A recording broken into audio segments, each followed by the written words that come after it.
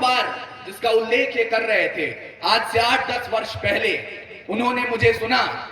उस समय कविता शायद उस क्रम में भी नहीं थी कि उसे मंच पर सुनाया जा सके, और जिस तेवर में मैं पढ़ रहा था, क्योंकि मैंने बहुत पहले सुन लिया था कि कविताएं कभी भी सत्ता का समर्थन नहीं करती हैं। जिस दिन भी कविता सत्ता के समर्थन में उतर आती है, उस दिन या तो कविता मरती है या सरकार गिरती है। सत्ता की स्थायी विपक्ष है कविता।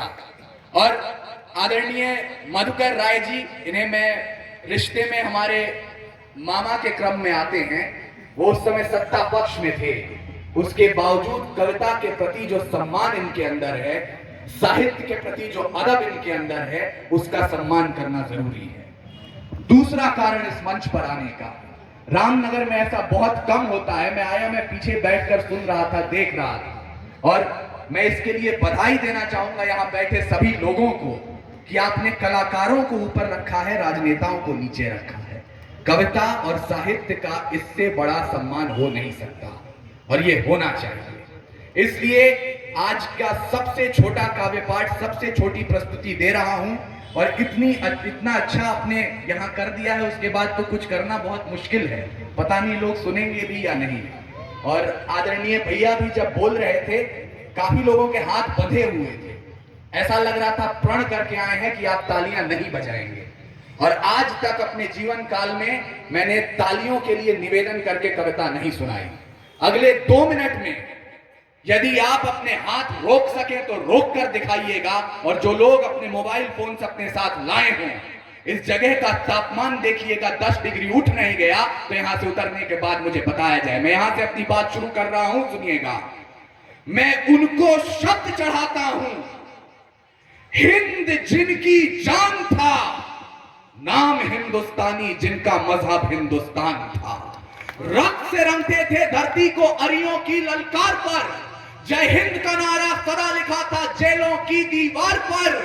बदन पे बंधी थी बेड़ियां, दिल मगर आजाद था, और रक्त के अंतिम कतरे में भी भारत जिंदाबाद था। किनकी बात कर रहा हूं मैं उनकी बात कर रहा हूं जिनके बारे में आज हमारे दोनों गुरुजन यहां बैठे, इन्होंने भी मेरी माता जी को पढ़ाया हुआ है। आदरणीय गौतम सर भी यहां मौजूद हैं। आप लोग जब पढ़ाते हैं सर, शायद आपको भी कभी ना कभी दिल में कचोटन आती होगी कि आज एनसीईआरटी की पुस्तकें पढ़ाती हैं। मध्य रात्रि 1947, 14 अगस्त 2 दस्तावेजों पर दस्तखत हुए और आजादी हमारी झोली में आ गई। मैं क्षमा चाहूंगा, ऐसा नहीं हुआ था। सिर्फ 2 दस्तावेजों पर दस्तखत से आजादी नहीं मिली थी, और आज हम ये जयंती मना पा रहे हैं। बहुत बड़ा श्रेय जाता है उनको, जिन्होंने कतरा कतरा खून दिया था, दी जवानी जुनून दिया था। खड़े अंग्रेज माने नहीं तो गोलियों से भून दिया था। गोरियों के गाल नहीं थे ना आवाज मजीरों की, खनखनाहट गूंजती थी सेल्यूलर में जंजीरों की। राजनीति से मिली नहीं है, नहीं खरीदी पैसों से, सौदा लहू के मोल हुआ था। भगत सिंह जैसों से अम्माओं ने गोली खाई थी, बेटे लटके फंदों पर, आजादी की डोली उठी है कुर्बानी के कंधों पर। अब आप सोच रहे होंगे कि जिस उम्र में मैं हूं उसमें श्रृंगार की बात होनी चाहिए, मोहब्बत की गजलें सुनानी चाहिए, कविता इस तेवर में क्यों आ रही है। मुझे क्षमा करेंगे, परंतु जवानी का मतलब वो नहीं है जो इसके पहले आप जिन गानों को सुन रहे थे, जिन गीतों को बजाते हुए लोग यहाँ से निकल रहे थे, और ये हमारे नौजवान भाई आप लोग जो 4-5 आए हैं, यदि आप उसे जवानी समझ रहे हैं, यदि आप किसी अदब की महफिल में उछाले मारने को जवानी समझ रहे हैं, जवानी की डेफिनेशन ये नहीं है। जवानी का असली मतलब क्या होता है?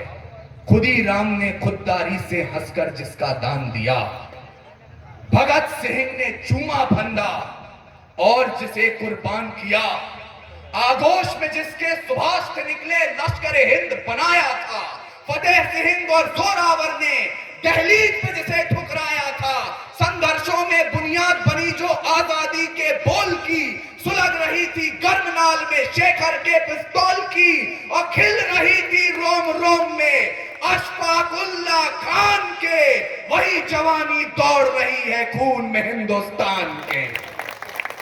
इसको आपको समझना होगा और इस जवानी को सहेज कर रखना होगा। लेकिन मैं रामनगर की मिट्टी पर खड़ा हूं तो मेरा कर्तव्य बनता है कि मैं सत्य का परचम उठाऊं।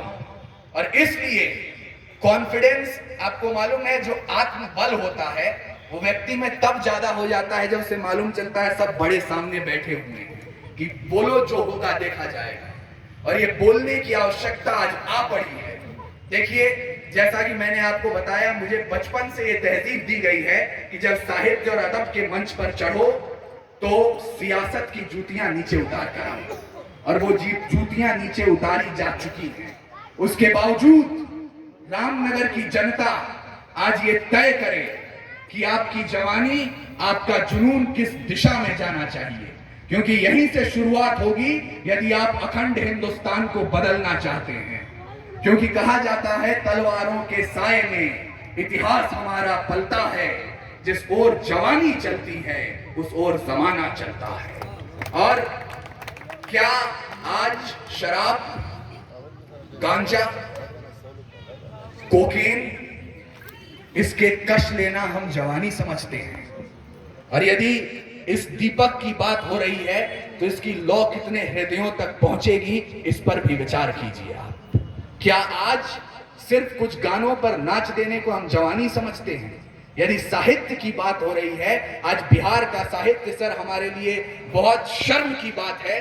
सिर्फ एक गाने से जाना जाता है, लगावे लुतू लिपस्टिक हिले लारा डिस्ट्रिक्ट। मुझे क्षमा कीजिएगा, बिहार के साहित्य की पहचान ये नहीं है। बिहार के साहित्य की पहचान तब होती है जब प्रथम प्रधानमंत्री चीन की हार के बाद संसद में खड़े थे और उन्हीं द्वारा मनोनीत किए हुए राज्यसभा के सांसद रामधारी सिंह दिनकर ने खड़े होकर भरी संसद में उनके खिलाफ कविता पढ़ी और कहा, मत रोक युधिष्ठिर को रे यहाँ जाने दे उसको स्वर्ग धीर, पर फिरा हमें गांडी गदा लौटा दे अर्जुन भीम वीर। कह दो शंकर से कर ले वो प्रलय नृत्य फिर एक बार, पूरे भारत में गूंज उठे हर हर बम बम का महोच्चार। ये बिहार का साहित्य है और बिहार के साहित्य को पहचानिए। बिहार की तहजीब को आप बुलंद कर रही हैं, इसे बुलंदियों तक पहुंचाइए। और घबराने की बात नहीं है। यदि आप सोच रहे हैं आज रामनगर किस परिस्थिति में खड़ा है, मुझे क्षमा कीजिएगा, अगर किसी को यह नाज हो गया है कि रामनगर या पश्चिम चंपारण या बिहार या भारत उनका होकर रह गया, तो समय सबसे बलवान होता है। कल जिन अंग्रेजों का सूरज नहीं डूबता था, आज उनके वाइस रॉय के कपड़े हमारे बैंड बाजा वाले पहनते हैं। तो समय आज किसका है, कल किसका होगा, ये अलग बात है। अधिक वक्त नहीं लूंगा, नहीं तो मैं कहीं से कहीं पहुंच रहा हूं। परंतु मैं चाहता हूं यदि मैं रामनगर में खड़ा हूं तो राख के नीचे के अंगारे को खंगाला जाए। और मैं जो बोलने जा रहा हूं शायद यहां बैठे बहुत लोगों को पसंद ना पड़े, पर आप यहां बैठे हैं तो आपकी सनद पर बोल रहा हूं। किसी भी शहर में गुंडागर्दी इसलिए नहीं बढ़ी कि गुंडे सड़कों पर आए, और नेपाली टोला के लोग खास ध्यान दें इस बात पर। गुंडागर्दी बढ़ी तो सिर्फ इसलिए कि जब गुंडे सड़कों पर आए तो शरीफ लोगों ने अपने घरों के दरवाजे बंद कर लिए थे। आपके हाथ और दरवाजे दोनों खुले देखना चाहता हूं। अंतिम पंक्तियां, बाज का खतरा सदा रहा है चिड़ियों की मुस्कानों पर। अगर आप कमजोर हैं तो कोई हक नहीं है आपको कि आप अहिंसा का पाठ करें। कोई हक नहीं है आपको कि आप अपने बच्चों को अहिंसा के रास्ते पर चलना सिखाएं। बाज का खतरा सदा रहा है चिड़ियों की मुस्कानों पर, और दीपक भारी नहीं पड़े हैं आंधी और तूफानों पर। आज तलक तो भेड़ियों ने प्रीत के गीत नहीं गाए, और अमावस की रातों से जुगनू जीत नहीं पाए। ताप सूर्य का ताल ठोक कर सुबह की ओस से जीता है, सिर्फ कहानी किस्सों में कछुआ खरगोश से जीता है। बिन परवाज के चिड़िया पर तनिक नहीं इतराती है, हाथ जोड़कर मधुमक्खी भी छत्ता नहीं बचाती है। अंबर की नपाई जैसे पंखों से की जाती है, शहद के छत्ते की रक्षा भी डंकों से की जाती है। तो सुने जवानी रामनगर की, दोनों मुट्ठी भींच के राह रोक लो तूफानों की तलवारों को खींच के। परिवर्तन का नया उजाला केवल मशाल ही लाएंगे, और चिराग जलाकर इनकलाब ना आए हैं ना आएंगे। इसलिए दो पंक्तियां अपने साथ लेकर जाइएगा आज की शाम से। आंखों को अंगार करो और हृदय को हथियार करो। रामनगर की जनता, जिस भी संख्या में आप हैं, इस बात को अपने परिजनों तक भी पहुंचाइए। सिर्फ न्याय व्यवस्था के भरोसे, सिर्फ खाकी के भरोसे, या सिर्फ आपके शहर में टहलते हुए गुंडों के भरोसे मत बैठिए। आंखों में अंगार भरो, हृदय को हथियार करो। गिद्धों से जो लड़ना है तो पंजों को तैयार करो, और यदि आपके पंजे तैयार हैं उसके बाद आप अहिंसा को बचाइए। क्योंकि सर कह दिया जाता है, आज मैं क्षमा प्रार्थी हूं, लेकिन यदि मेरे गुरुओं के भी गुरु की जयंती है तो यह कहना यहां लाजिम है। आज कह दिया जाता है 2 अक्टूबर आएगा, फिर आप ये गीत सुनेंगे। दे दी हमें आजादी बिना खड्ग बिना ढाल, साबरमती के संत तूने कर दिया कमाल। दूसरी पंक्ति का मैं पूरा सम्मान